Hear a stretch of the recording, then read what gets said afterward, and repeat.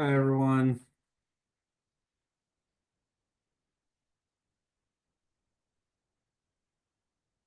Hi, everyone.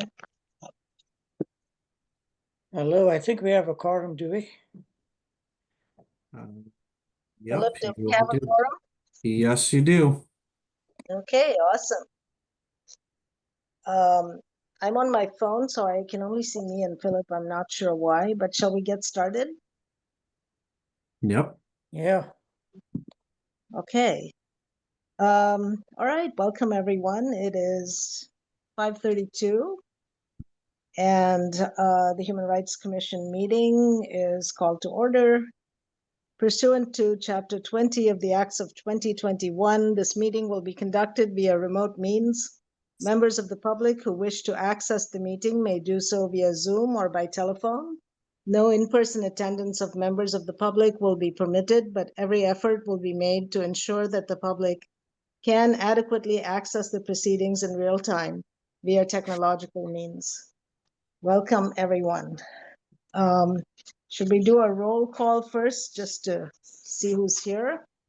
Liz Haygood?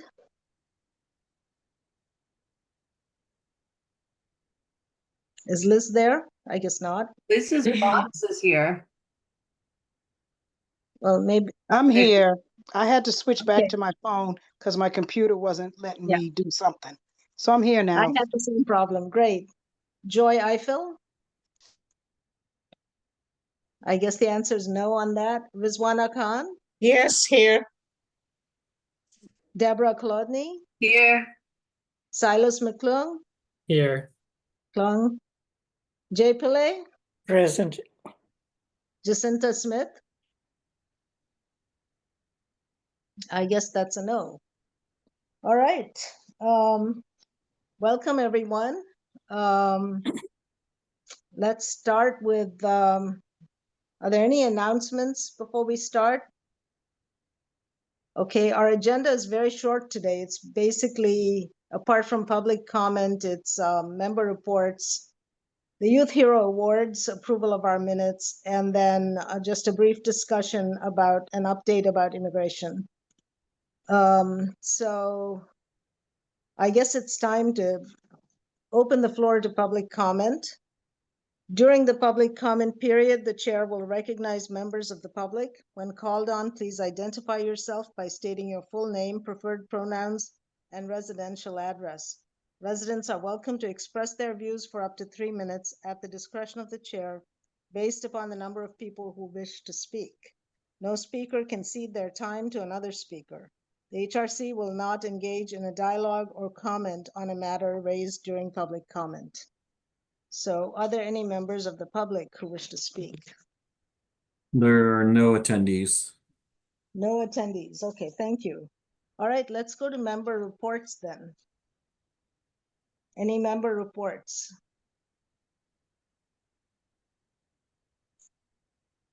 Silas has his hand up, so I'll call on people since I can see everyone, Ronnie. Okay. Great, thank you. Silas?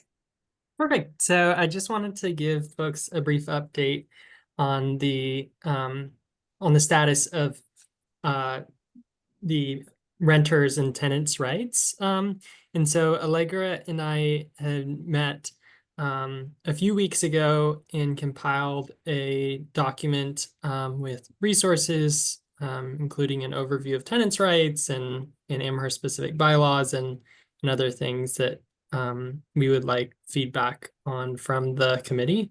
But we were planning on, Allegra and I were planning on meeting again to talk about next steps prior to this meeting, but unfortunately we were not able to meet. But I did get Allegra's permission to share the document at its current stage. And so I'm wondering if next steps might be to share the document and then have y'all look at it in between meetings, if that might work, or I'm curious to hear. Ronnie, It sounds to me like it would be good. It would be good to share it with everyone, and then we could make it a topic of discussion next time. Great. Yeah, that sounds good. That sounds great to me too. And Silas, I was going to ask you if you could send 3 or 4 sentences to me so I can include what's happening with that work in the video script that we're creating. Yes, certainly. That'd be great. Thank you. Yeah, so Deb, you read my mind. That's great. Yeah, it would be good to include that. All right. And Jay, you have your hand up. Yeah, just a couple things. I met with Kevin Kennedy, who is, one of the directors there at Five College Inc. And we went through the process of trying to identify who may be, most at risk at the college level. And I spoke with him about trying to integrate the safety measures from both the town's resources together with those on the campus. Then from that, proceeding to today, I met with Paul Bockelman this afternoon, and I briefed him on the plan to also integrate that, but to branch out further into 2 towns, which is Northampton and South Hadley, which is a triangle that encompasses all 5 colleges. He seems to be receptive to the plan, and my next process in the work would be to meet with the police department, and I will probably draw in Pamela as well as Philip. Thank you. I would really urge you to draw in Pamela, because I'm wondering if we're involved with the other towns. I'm just curious what sorts of human rights commissions they have and how they're involved as well. Just curious. Yeah, Pamela would be the best guide for that, I think. Yes. Great. Ronnie, Are there no, other- nobody else has their hands up, but I was wondering if you wanted to give an update on the resident oversight board, just really quick. Oh, yeah, the quick update is that we've finished with the draft of the bylaws. There wasn't consensus. There was within the group certainly a majority opinion, but I think the agreement was that the whole thing would get written in different forms and represented to us at the next meeting for a final decision. But it doesn't look like there's going to be consensus on that, and there are definitely implications of that, especially if we report it as just not having consensus versus is it a majority, whatever. But it will go to the town council. But if it goes as in a divided form, I think that what we will end up getting is the weaker version of it. But the great thing is that we went through the whole thing, and it has been agreed upon, except for either ors, mainly with some people favoring more of a review type of oversight and others favoring more of an investigative approach to oversight. But you'll hear more. I think by the next meeting, we'll know more. Yeah, and I just want to add that there was consensus about probably 80 to 85% of the document. It's just the pieces that go to whether or not it's review or investigatory or review. So yeah, it was a great exercise. Yeah, and the other one being about whether what's that judicial thing? I'm sorry, the word is missing. Subpoena power. Subpoena power was the other thing that people were divided about.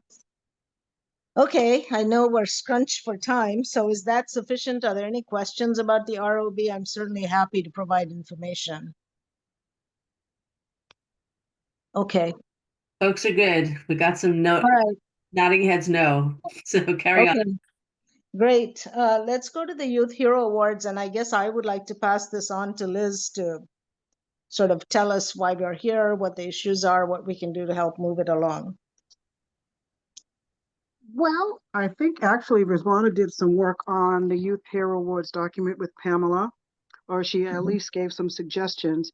But one of the issues that we had from the Youth Hero Awards last year is it seems that the same groups or the same types of groups were being honored each year. And I know that I had a question when the same group was given back-to-back awards. We didn't have a criteria to say no to that, but it's interesting that some of the people are the same. And even when you have groups, especially school groups, sometimes the group name is the same. However, the students are not. Because, for instance, Posh was nominated last year and the year before, and Posh is in the middle school. So they had some 7th and 8th graders last year, and the year before, some of those students would have been in 9th grade. But I just brought the question up as, should we be giving the award to the same group every year? And I think then when I talked to Pamela, the answer was no, that we should try to spread it out as much as possible, or not have the same types, I guess, for lack of a better word, year after year after year, and try to find some diversity in the awards that we're given for the specific great work that everybody's doing. However, we try to reach out to different people. The second issue we had was we had teachers or community members would nominate, but there was no way that we can contact the parent of some of those students. So then when it came to giving out the awards at the celebration, even though we told the nominee, hey, can you get a hold of this person? A lot of times the students weren't there. So we want to have something where we can contact the parents directly and invite them to the celebration for their child, so that they and their family members can come and enjoy the moment. Those were the two main issues. And I think the third issue was the fact that this year, for whatever reason, the town has allowed someone else to have the pavilion at Mill River.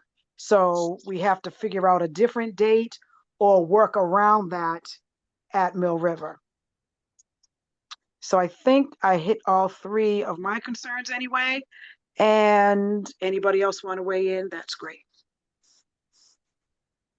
Yes, I don't understand what we need to do. It sounds like problems identified and solutions were identified. So great. Well, it doesn't look like we've addressed the solution of feeling like it's the same groups of people who get these awards. And I'm not really clear, are there criteria for these awards that can be, I don't know, I would say, I would use the word measurable, not meaning that we need to measure per se, but something that is tangible, I guess is the word I'm looking for. Are there criteria, and how is the marketing of the awards done so that everybody knows they can apply and qualify, even if they're not in the in-groups that have been getting them in recent years? So Pamela has her hand up. Okay. But I don't know. Pamela. The nomination papers go to the schools and communities and, the groups. So, CSSJC will know, and the BAA will know, and they have, they can get the application online. And, we reach out to folks all over the community. We put stuff in the Jones Library and the Banks Community Center. So people can nominate. It just seems like the criteria is vague. However, it goes to the heart of who we are as a community. So, yeah, so if you have a first grader who goes out of his way to help one of his fellow students that might be in a wheelchair or autistic, that's something we should be celebrating, right? And so is that a huge deal? No, but it is a huge deal for the young person in the wheelchair that often gets overlooked, right? So we try to bring that out in some of our young people and celebrate that, so that they can continue to grow within themselves and grow in the community to make us all better. I think that's just like the gist of it, but Pamela, weigh in, please. So I would advocate that you need an eligibility criteria of some sort. And I don't think that that will preclude the commission being, generous and how they apply the criteria. But one of the things that we wanted today was to reach some sort of consensus that we need to establish an eligibility criteria. I think some of the things that Liz mentioned, like the form and contact information, as staff, we can correct that and take care of it, but we do need to reach some sort of consensus on eligibility criteria. And I think the criteria should address like repeat individuals. So it may be that the criteria should state that no individual should receive the award, you know, in 2 or 3 consecutive years, right? So that there's some turnover and it's not, so you might be a member of POSH and you might get the award because you're a member of POSH, but if you were a member last year, then you're not going to get it. It's only going to go to new members. Rizwana did submit a very detailed sort of information about eligibility criteria. And there is one other issue that I wanted to raise. So right now, the award is only limited to public schools. And so one thing that you also might consider is whether you allow the award to be given to anyone in a secondary education or primary education in Amherst. So you could open it up to the common school as well. They would, under the current criteria, they would be excluded because they're not a public school. Oh, I see. Rizwana, you've Yeah. raised Yeah, I am actually going along with what Pam has said, and she, went ahead and read the document, and it does say eligibility criteria. It is Amherst Public Schools, and the second criteria is demonstrated care, and then the ideal selection process. There's a process also that I have outlined. It's not outlined and listed. Nomination period, 3 to 4 weeks, outreach, promotion, and all that. So we can add on to that. And also the fact is a rubric also where you can go ahead and score them out of 25, exceptional, and so on. So there is some kind of a measurement also happening, because then it'll make it more serious and more, I guess, something that people can go for. And we will have then more bandwidth also. This way we can include more if we have this process, properly handled. We can then get students from charter schools, because lots of Amherst, all the students from Amherst Public Schools have gone to charter schools, that is Chinese immersion. So we can bring them in also like that. So Are we trying to decide that we need criteria, or are we do we need to decide what the criteria are at this point? The criteria that I have mentioned is very generic. So basically, it's, for example, the 3 criterias, and one says that have demonstrated care, concern, mutual respect, social courage, and so on. So, and then the third one is not have received the award within the past 3 years to encourage fresh recognition. That's all. It's very generic. So I guess I'm that's why I thought that there were solutions, because I read through Rizwana's criteria and I thought, in reading, you're not eligible if you've received it in the last 3 years. So I thought so I'm confused. So I thought we had a proposal. Are we voting on that proposal, or are we starting from scratch, or where are we? Yeah, I think hopefully everybody had a chance to read the 2 documents, my draft and Rizwana's draft. I think at this point, because of time, you need to vote on something, either Rizwana's document or authorizing Philip and I to do some modification to it, but an agreement that as a group there will be some eligibility criteria. Because time is really of the essence. We are hoping to get this posted by May 1st and have a 3-week period for nominations. The other things for you to consider, and I think not at this meeting, but at your next regular scheduled meeting, would be to have a very small subcommittee who would review the nominations. Like, in the past, every person who was nominated got an award. There was really no selection criteria. But if you're going to have selection criteria, although I think the spirit will be that everybody who's nominated will get an award, there should be some subcommittee doing that. And also Liz has primarily carried the weight of this in the past, and you need to think about a process that will be sustaining going forward. And a final sort of forward thought would be, I think this is an ideal event to get community sponsorship, like from the Chamber and Bids and other places, to make it a zero cost to the HRC event in the future, like not this year, because we can't pull it off this year, but in the future, we should be able to get some corporate sponsorship to really highlight the event. Liz, do you have a comment on this? I do. In the essence of time, I think right now I'm looking at two documents from Riswana. And the one is, it states, or maybe it wasn't from Riswana, it was from, no, with her, in green, there are some criteria in there along with the document that we usually send. And I think for right now, I think we should vote on that. As far as the rubric for selection, I think we need to work on that for starting next year in the interest of time for this year.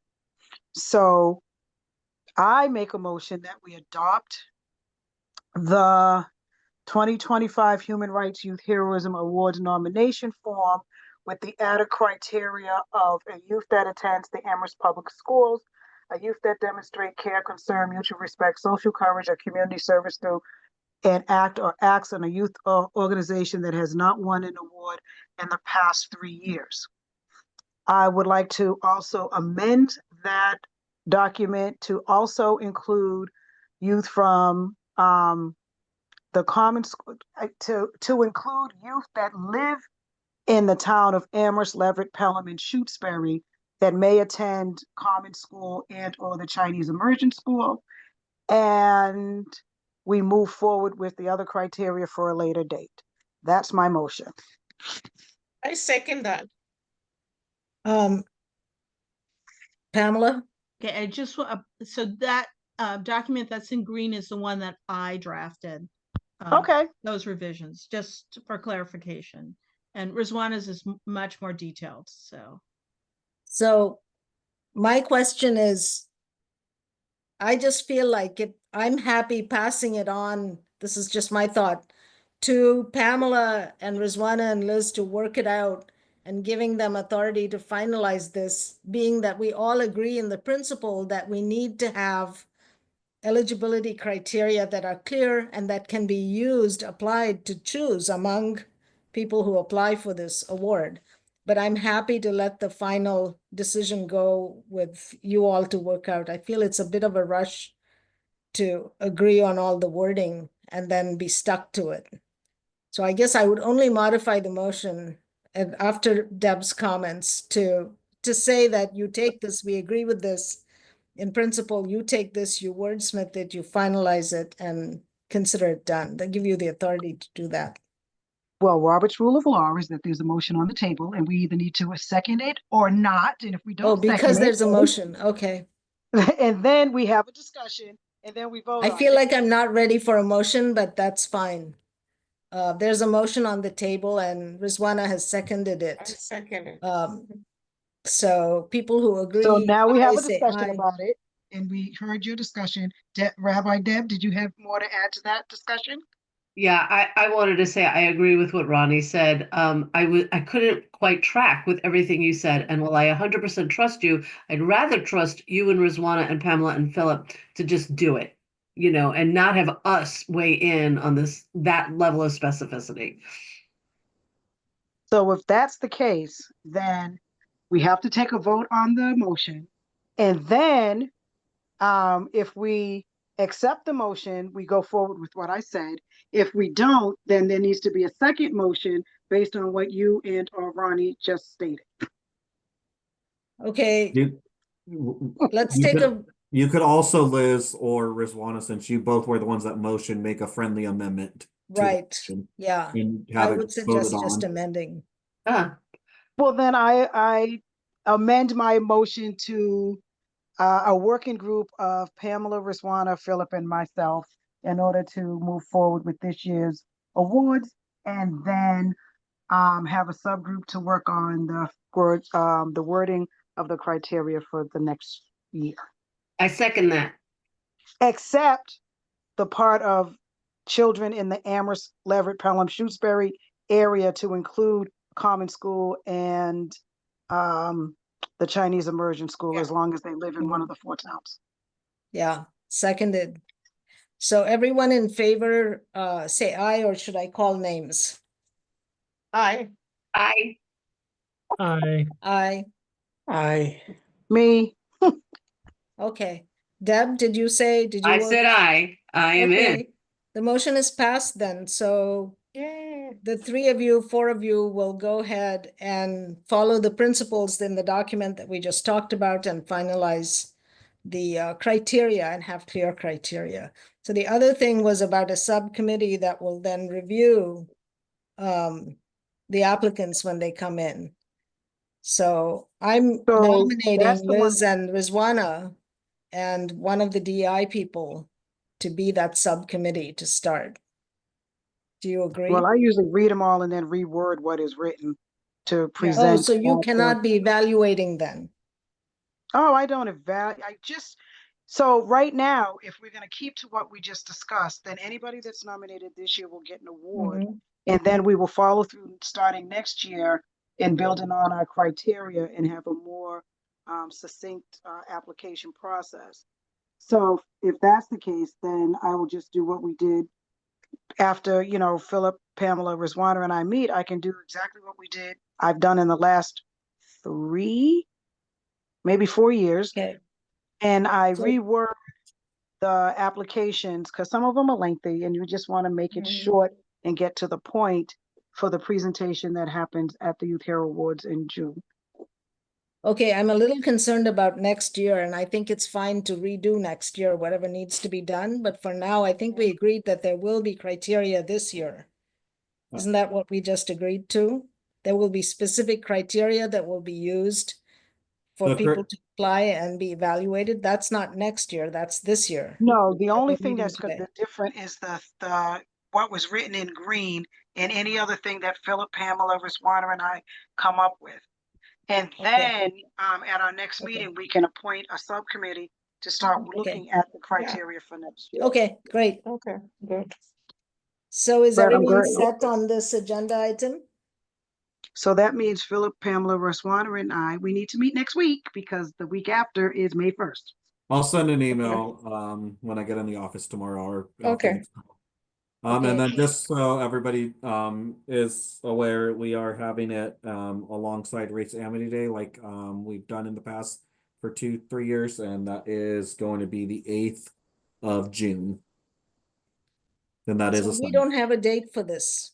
We do have a date for this. It is June 8th. Yes, June 8th, Sunday, June 8th.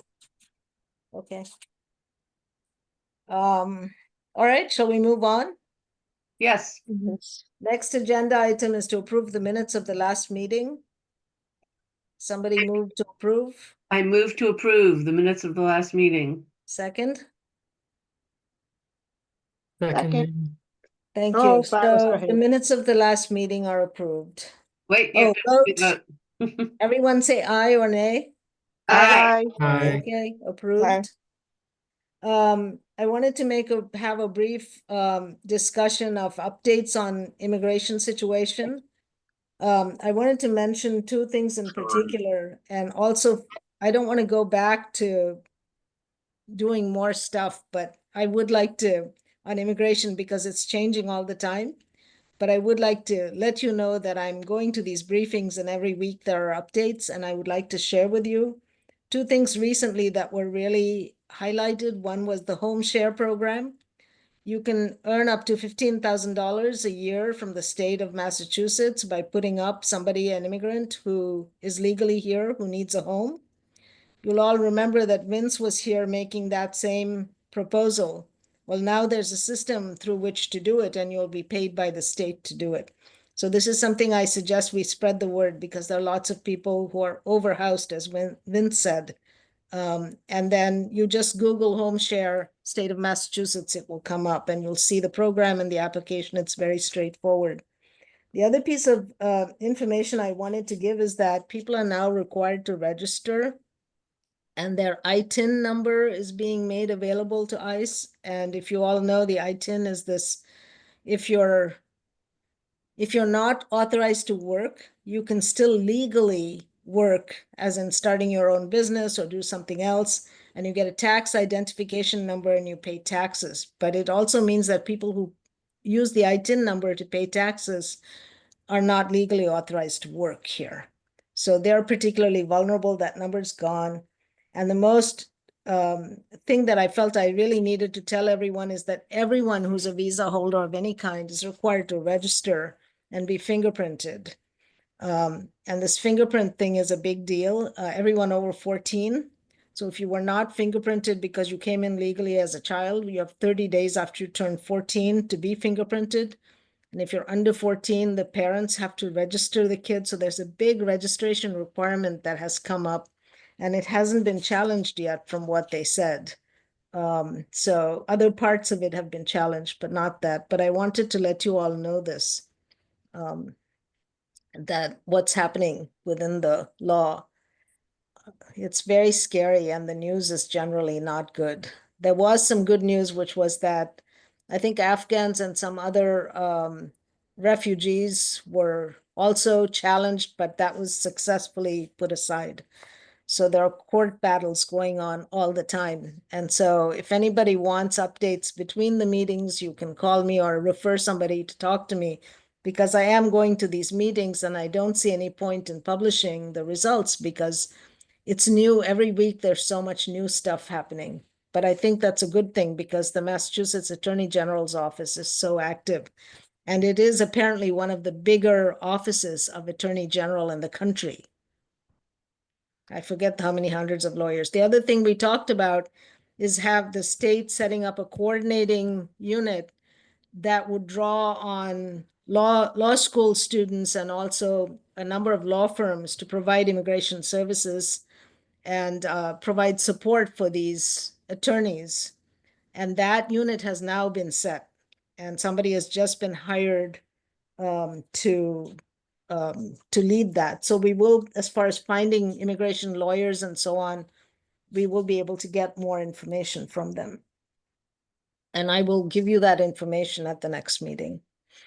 But that's moving forward, and that's our big concern. When we did the immigration research, we couldn't tell people, were able to tell people, get your own lawyer, but we couldn't tell them where to go get one that would be pro bono or cheap. And through this unit, they will be able to find lawyers. Are there any questions about this? Okay, so I just wanted to be sure I passed that on. All right. That's my report on that, or discussion. If there's any discussion, certainly we can have it. It's quite important, and it's not a good time. One other thing, they repeated training that the Mira Coalition is doing around what to do if you're stopped outside your home, which apparently is the most common way of being stopped. Outside your home, often driving, and the instructions, if you're stopped outside, is that you should ask if you are under arrest. And if they say no, then there's lots that they cannot do. All you're legally required to do is to provide your name and address. And if you are on a visa, every person over 18 must carry and be able to show your documents. So take a copy, tell people to have a copy of their student visa, work visa, or whatever they have. And do not agree to anything. Everybody has a right to an attorney. And as before, be silent. If you're a passenger in a car that's been stopped, you can simply say, am I under arrest? And if they say no, you can get out of the car and walk away. And they suggest doing that. Don't expose yourself. Yeah, and don't be fingerprinted if you don't have to be. If you're not under arrest, they cannot fingerprint you, whether you're documented, whether you have the right documents or not, unless you're officially under arrest. You cannot be fingerprinted. So just say, you cannot fingerprint me, and I'm not going to say anything more. I want a lawyer. So you can pass that on. Since we're all dealing with immigrants all the time, I think it's important to pass on that information. And that's it. Don't speed. I think the lawyer from ACLU said that as well, because once you get a speeding ticket, you fall into the criminal category. So be very careful while driving. On Thank that you for that sober note, update. Liz? I just said thank you for that update. It's Yeah, important thank you. because they're circling, Mhm. and you never know, and sometimes it's by accident on purpose, is the way that we used to put it, that people that are being stopped and sent away, and they find out, oh wait, that was a mistake, but now you're gone.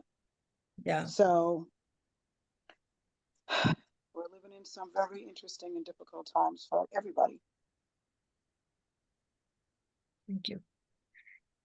Any other comments? Since there is no public, I won't ask for further public comment. The next meeting of the Human Rights Commission is on May 21st of 2025. Ronnie, is there a moment for new business that didn't make it onto the agenda? There wasn't on this agenda only because it was an emergency agenda to be set up, but if you want to say something quickly, feel free. And we Yeah, can put it on, go ahead. just really quickly, and I don't know that we need to do anything, but there's going to be a vote on the town budget and their CRES staff and some funding for DEI is at risk. And the CSSJC wrote a beautiful, Right. beautiful letter, and that Ronnie forwarded to me and asked me, what should we do? And my response is that I don't know when when that hearing is about the budget. I assume there'll be some Yeah. public hearing. I really wanted to send a letter from the Human Rights Commission in support, but because of the time crunch, I've been thinking that maybe what we should do is just ask CSSJC if we can sign on to their letter. I would love to do that, and I'm wondering if so people probably need to see it. Yeah. Is there, can Deb share it with the Human Rights Commission? Philip and Pamela, and ask for consensus by email, because we were going to do that. No, You- why I not? think that we you can can- sign you on can- as an individual, but not as a group, because we haven't had a chance to vet the contents of the letter. So then maybe And- what we can do is share the letter individually to members of the Human Rights Commission. You can sign on to that or write your own letter, because there's certainly a good bit of information there, and I would encourage everyone to write. As you know, without the DEI, there's no Human Rights Commission. And all the work that they're doing costs money, and we don't give them anything. They don't get anything from the commission. They do it out of their own very tight budget. So I feel like we need to be very vocal. There's one other thing I've been advocating for, and that is to change the name. I haven't asked DEI if they think about this, but to change their name to Community Support Division or Department, because what they do is community support. So I'm going to advocate for that in my letter, but I think letters have to go out quickly. Does anyone know when the town council is actually meeting to vote on the budget? I think it may be late, too late now already, but it's not too late. I think Paul has to present his budget on May 1st. He Mhm. did share with department heads today some of his recommendations, but I don't know if we can share that publicly because it has not been I see. made public yet. But it will be an agenda item at the town council, and I think the date of their next meeting, the special meeting, is May 1st. But we can find that out and send it to everyone. You can't review and decide by consensus, because that would be a violation of the public meeting law. So So I don't think we can individually, at this point, we should individually go to the CSSJC and ask to put our names on it, because that invitation wasn't made. No, I think we should just look at the letter. I mean, can I send the letter out to everybody? Do I need to send it to everyone, each person individually? Send it to you, Pamela? send the letter to Philip and I, and we can send it out to the group. Fantastic. And then what I think people should do is, whatever, take every word of it and put a few words of your own. As a resident of Amherst for 700 years, or I could say as a lawyer and, a human rights advocate, whatever it is, and of course, as a member of the Human Rights Commission. So I think we could tailor it and send it in and just handle it that way. Okay. Also, there's a lot of data. If you want to see some of the data, like from CREST and so on, I mean, I'm not sure if it's all online. I have stuff that I can share with you individually if you ask, if that would help you to write a stronger letter. The DI, you know very well, because I mean, we wouldn't exist, we couldn't function without them. That's just one piece of it. Liz, do you have your hand up? I can't I tell. do. Oh, sorry. No, You have the that floor. I'm waiting to add after this discussion. I was waiting before we sign off to add a couple of things, but they were just quick announcements going forward. That's all. Why don't you go for it? Okay. So I'm not sure how many people went to the Amherst Global Village, but I was there, and there was a lot of people there actually. Mm. And I just wanted to point out that the work of all those involved, especially under the leadership of Philip, it was an amazing event, and one that I hope we can capture and gets bigger and better each year. I definitely want to give kudos to Philip and Pamela, Angela Mills. Oh my God, Mills. not Mills. We have the same birthday. How can I forget her name? Angela Mills, Cress, the middle school janitors that were called on the spot 3 days earlier because we had to switch to inside, and they, took it like champs and was there. And I also want to acknowledge the Amherst College football team. Angela's husband, EJ, is their coach, and he got some of the teams there to volunteer. They helped set up, they helped knock down, they carried, they toted, they pointed, they did everything. So if you weren't able to come, and if it's something that we can sustain in the future years, please try to be there. It was an amazing opportunity to meet a lot of different people from a lot of different cultures. And yeah, so kudos to you, Philip. Couldn't be there from start to finish, but boy, being there at 7:30 in the morning and answering questions people have. And the only other announcement that I'd like to make is on next Tuesday, a week from today, the ABC House, they're having their annual fundraiser. It is a gospel concert. It begins at 7:30. It is at Grace Church, which is right next to Town Hall. It is a free concert, though it is a fundraiser. So they're asking for a $20 donation, but if you don't have it, doesn't mean you don't come. It's going to feature the Amherst Area Gospel Choir, the UMass Gospel Choir, and the Hurricane Singers from the regional high school. This is something that goes on every year. They have two major fundraisers. This is one, and the Fall Foliage Walk is the other. So that's all I wanted to say to the commission. Please try to be in attendance. It's fabulous to be around the folks and you might find some spirit and some joy in the music. So Thank if you you. don't know, we all sing different songs. Everybody has their own song, and then we usually get together and sing one song together at the end. So yeah. Thank you. Deb? Yeah, I just want to say that the Global Village event was spectacular, and I particularly want to put a shout out to the stage, which was just filled with amazing performances. And towards the end of the day, was it Taproot, whoever was playing, Taproots. dancing? It was beautiful. It was the United Nations of humans, everyone dancing with each other. I got very emotional. It was really beautiful. The whole day was beautiful.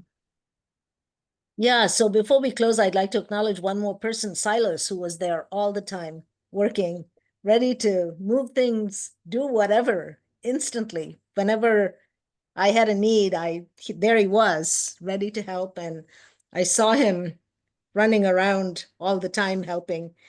You really, you really make the Human Rights Commission look very good, Silas. So thank you very much. And I Here. concur with what everybody else said, that it was really an amazing event. I don't think the town has anything like that. and to have all the cultures come together was really great. So thank you, Philip and Pamela. And I guess, any other comments before we close? Okay, so then it is now 6:16 p.m. and the Human Rights Commission is closed. Thank you. Thanks. Bye. Bye. Thanks, Ronnie. Way to run a meeting. That was great. Thanks, everyone. Bye. Bye.